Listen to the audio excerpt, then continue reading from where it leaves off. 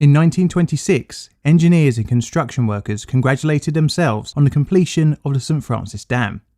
Little did they know, but 2 years later the fruit of their labour would be rubble and over 400 people would lose their lives.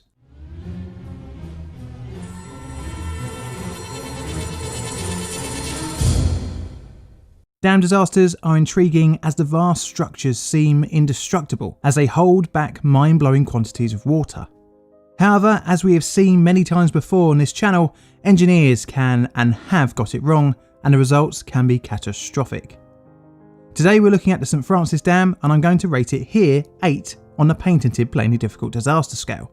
St Francis Dam was located in LA County, California, USA, which is around here on a map. Our story starts with eventual superstar engineer William Mulholland. Starting off from more humble roots, in 1878 he was hired by the Los Angeles City Water Company as a ditch tender. Proving to be a good employee, Mulholland raised through the ranks, eventually reaching superintendent. During his rise to power, Mulholland had become a self-taught engineer, studying in his free time. Being a bit of a future thinker, Mulholland envisioned an aqueduct to supply Los Angeles with water from 233 miles away in the Owens Valley, plenty to allow the city to grow.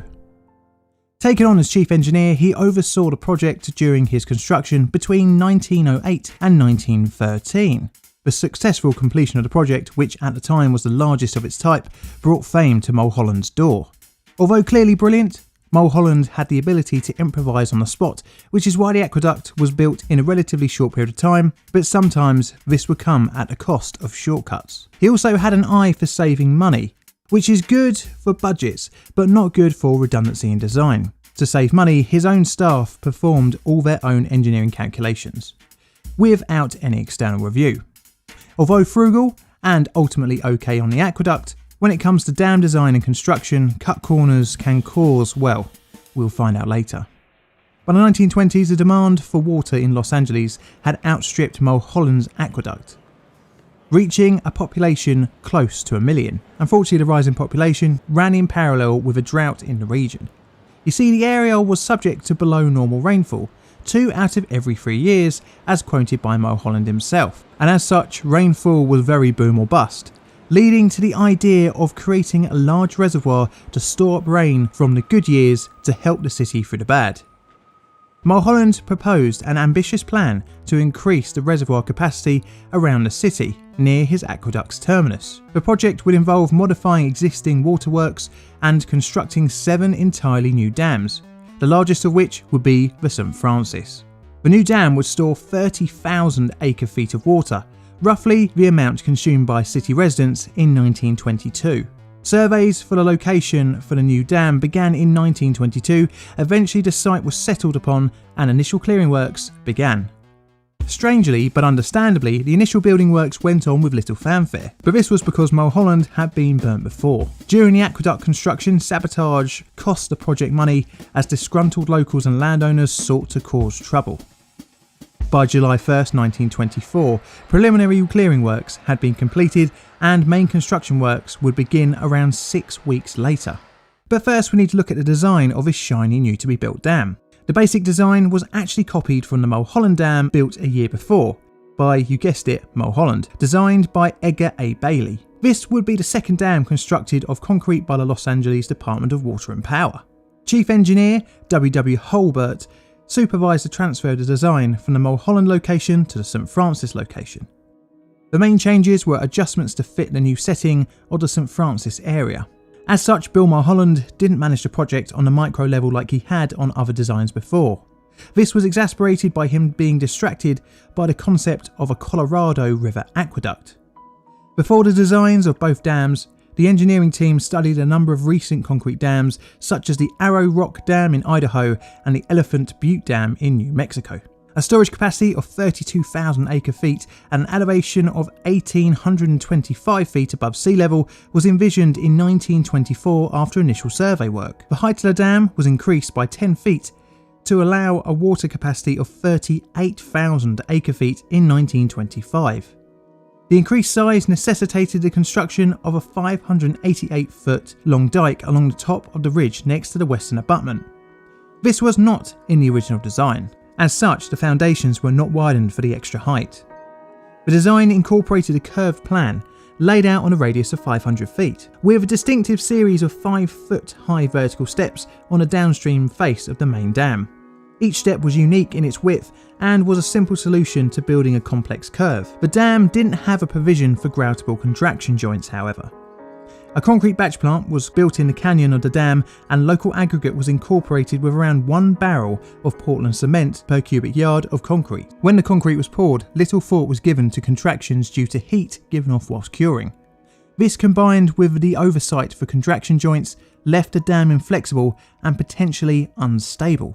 The reservoir that the dam would hold back began being filled in March 1926, with water diverted from the Owens River Aqueduct, and the completed dam was opened in May 1926. During reservoir filling, a number of small cracks and leaks were detected, but thought to be within expected tolerances. Between March and June, the reservoir filled at a rate of about 1.8 feet per day, and on May 10, 1927, the reservoir pool reached an elevation of 1,832 feet, just 3 feet below the spillway crest. Summer demand kept the water level at that elevation.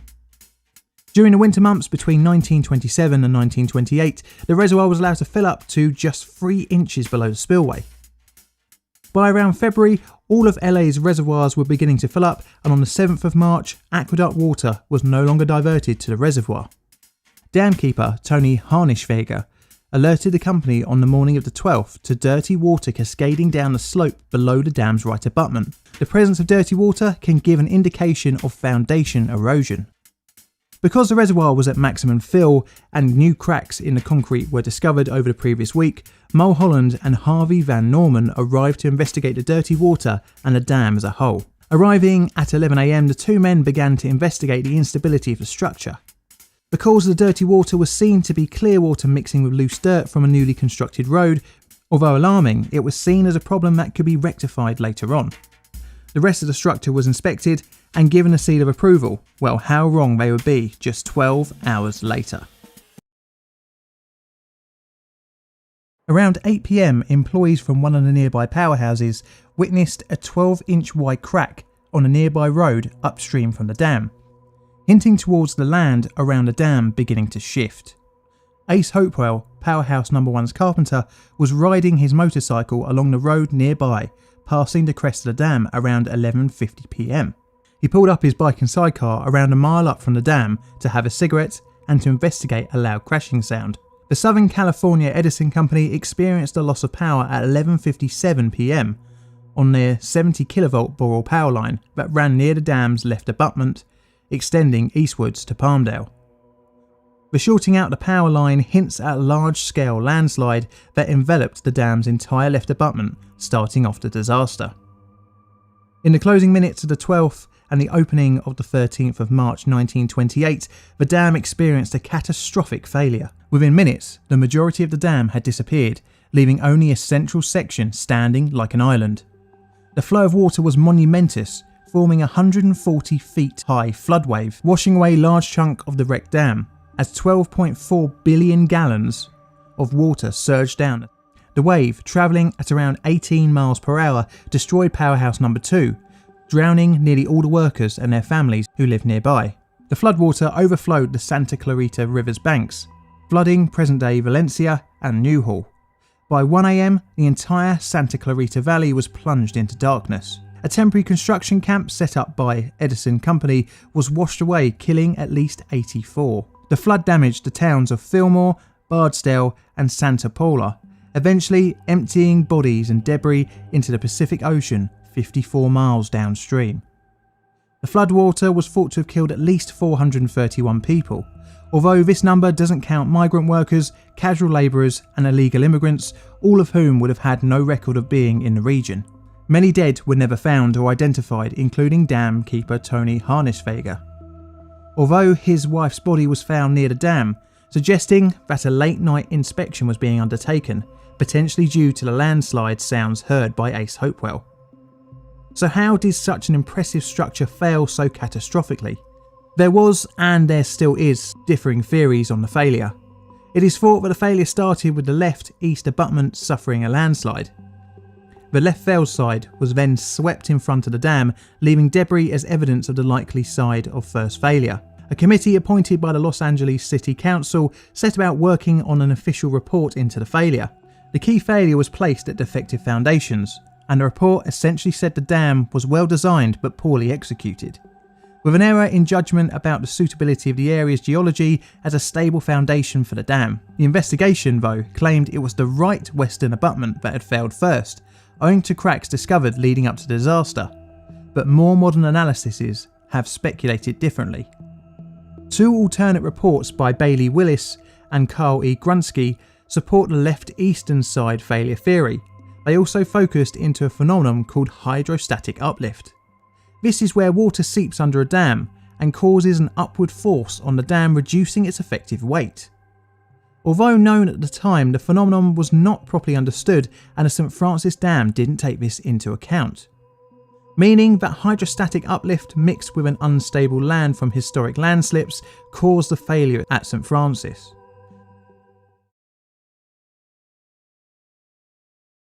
The dam was not rebuilt, and for a short while became a morbid attraction for locals to come and collect souvenirs, as the single standing part remaining, known as the tombstone. The site would be cleared and the tombstone demolished in mid-1929 to detract the strange tourism to the area. Because the Mulholland Dam was essentially identical, 330,000 cubic yards was used to reinforce it from the risk of hydrostatic uplift. The Hollywood Reservoir that Mulholland holds up was not allowed to exceed 4,000 acre-feet of water. Mulholland's career also ended on the night of the 12th and the 13th of March 1928. During the inquest, he claimed full responsibility and retired in November the same year.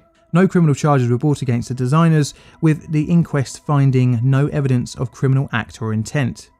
Mulholland would die in 1935 at the age of 79. Thanks for watching, I hope you enjoyed the video. If you'd like to help the channel grow, you can by liking, commenting and subscribing. Check out my Twitter for all sorts of photos and odds and sods, as well as hints on future videos. I've got a Patreon and YouTube memberships as well, so if you fancy, check them out. And all that's left to say is thank you for watching.